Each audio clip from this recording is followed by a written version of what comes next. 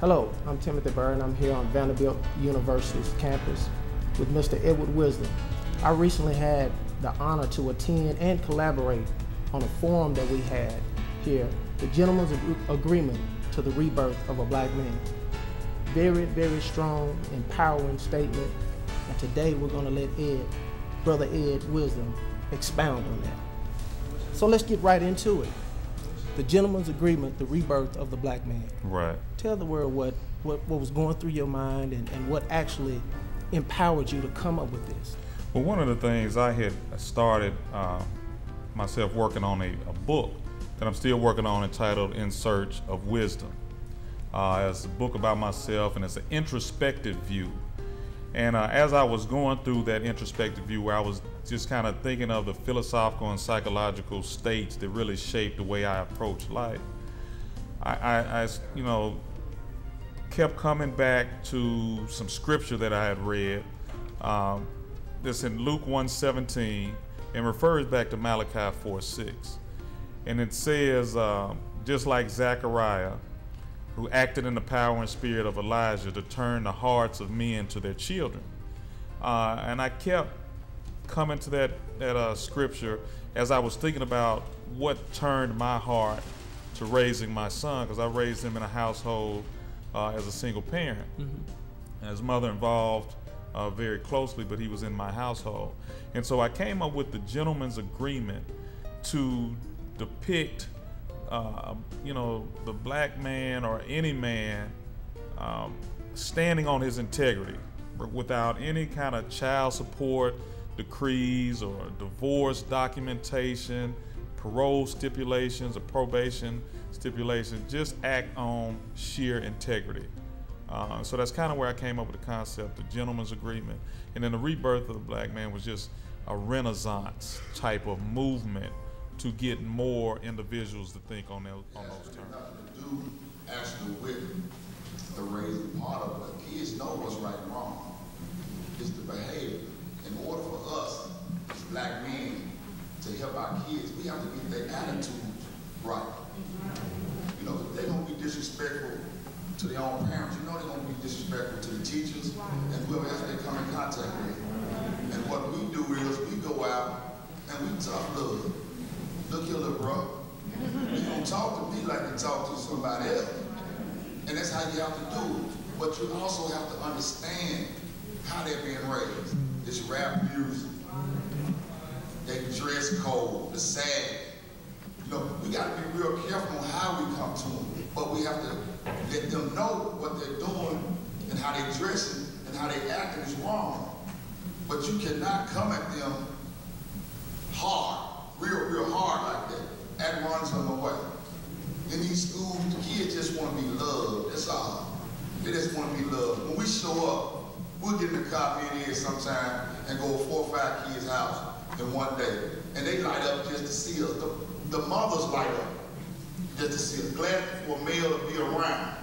We don't ask no questions about what his dad is. That's not what we're supposed to be doing. Our thing is to be there for them. We buy clothes, give lunch money, we do it all. You know, that's our ministry. You know, we're not preachers, but that's our ministry. That's what we do for our kids. And it's gonna take all of us. It's gonna take more than just the dirty dozen. It's gonna take more than just these cats up here on the panel. It's gonna take all of us. It's gonna take every one of us males out here. All right, now, the black man's thought process. Right. Enlighten us on that, the black man's thought process. And that's the introspective view that I talked about. There are, when we talk about the different things, growth and empowerment that I discussed in the forum, when you get down to it, they all come back to, psychological, philosophical mindsets, as well as social. So you got an introspective view, mm-hmm. which is your mindset, your perspective, and those things, even govern your spirituality.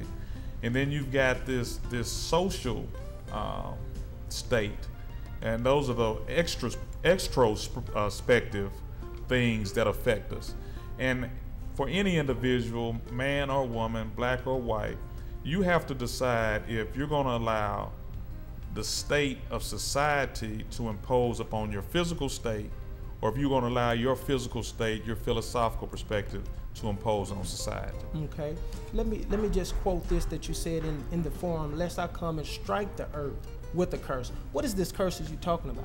Well, that was a continuation of Luke 1:17, and as Zechariah was being instructed to turn the hearts of men to their children, the Lord made the statement that if you don't, I'm gonna strike the earth with a curse.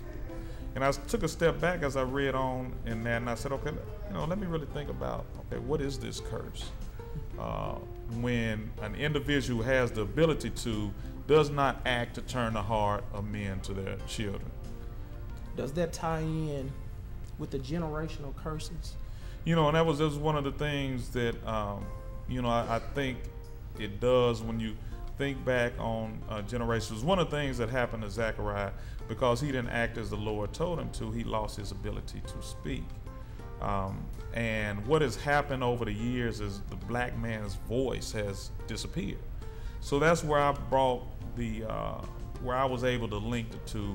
And generational curses, if you go back to the Willie Lynch letter, and how whether, a lot of people debate whether it's a true or false, statement. But if you look at the language in that letter, what's in there has fact truly happened. And so he talked about eliminating the black man's voice. Independence. We hear the songs, all the single ladies and all the different discussions. Women are declaring their independence day in, day out. And it's because they have been forced to have to declare their independence. The Willie Lynch letter encouraged other slave owners to reverse the position of the black male and female in society that would exist until a phenomenon took place. They believed the only way to correct that was if something phenomenal took place.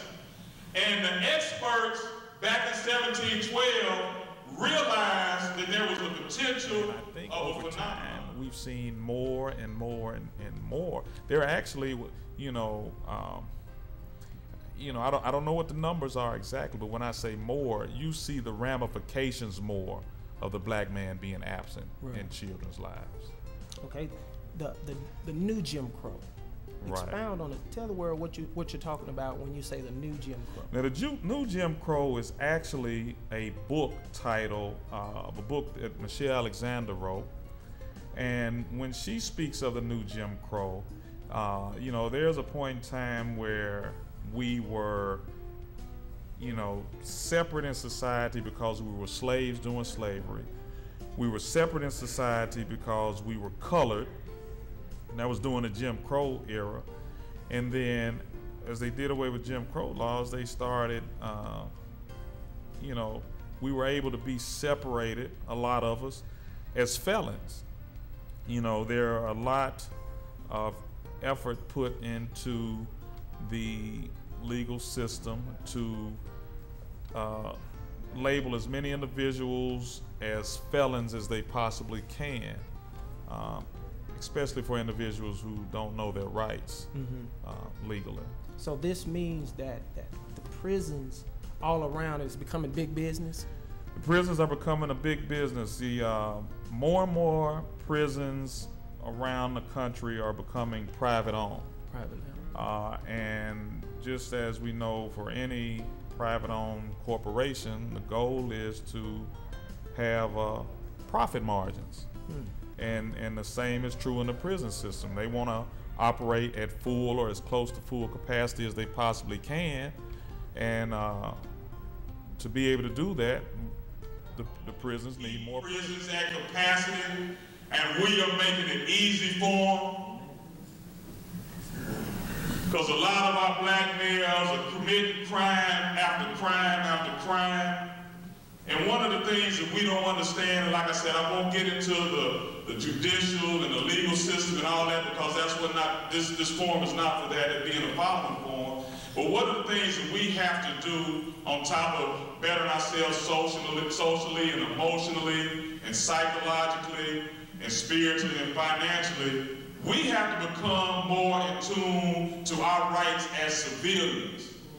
And we've got to better understand our legal system, our judicial system, and some of the things that I've experienced over the last 10 years. I've been a character witness, and I've worked with some of the youth, worked with a young man that's my age, has been in prison for 23 years. And one of the things that I found to be true in that book is how quickly the prosecutor is not so much hung up with how many years they get you. They'll give you a suspended sentence and let you walk away. As long as they can stick that felony on you. And about, I think, those felony convictions. Just to go back to that real quick, how I spend more time. I know we got these preachers that say they pastor. They don't go to court. They don't go down there. I don't know about them, but I know them judges because I'm always down there. I know them folk at the prison getting in the video because they see me all the time. But it's a shame when the system is set up. See, some of this stuff, they go to jail for a felony conviction. We fought, but we didn't go to jail. We went back home. We got to fight, but we went back home.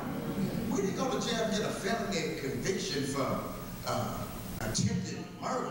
Related to the new Jim Crow is the citizen requirements in the black community. Like I said, I'm not going to get too far into this, but am I the only one that finds it odd that a black crack cocaine is distributed primarily in the black community? Pure cocaine is distributed primarily in the white community. Hollywood celebrities, whatnot. 5 grams of crack cocaine gets the same sentence as 100 grams of pure cocaine. Is that not odd?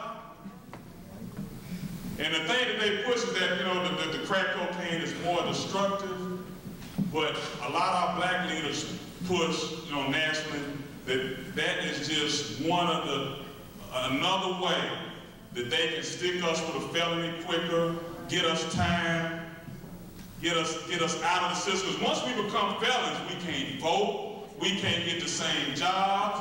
There's a whole lot of things, there's a whole lot of stipulations. That's one of the things I said in the gentleman's agreement. We want to do away with these contracts that hinder us from being a black man that we can be. So how do we fix this?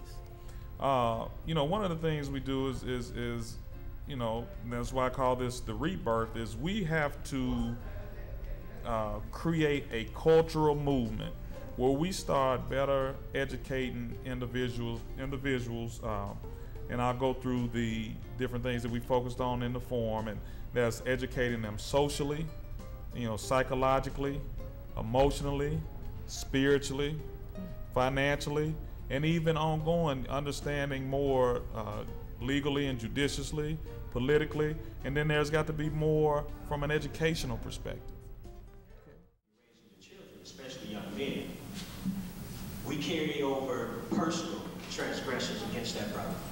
And the very things that you don't want your son to be, subconsciously he becomes, because all he hears is, your father is nothing, or he was no good, he's a dog, this, that, and the other. So as black women, we have to be very important and very conscious of how we paint the picture of men, and also the type of men that we bring around our children. Now, as far as manhood, manhood is being able, in my definition, is being able to provide support, stability, to build, to firmly root foundations for family and culture. And to understand those things, we have to go back. And I mean, the psychological effects of why we are, reason why we're having this seminar today, and it goes back very deep. I mean, we'll probably have to have a week-long discussion on the things that we do and why we do them and whatnot. But being able to support, sustain stability, growth. Every black man should possess the head of the household, or should be the head of the household. Right. Can you expound on that? Well, one of the things that I said in the forum, and as I opened up, and I said, just like we have a strong black man today in the White House, we ought to have 5 million or however many black men we have, man in their households, protectors, providers, priests, leaders.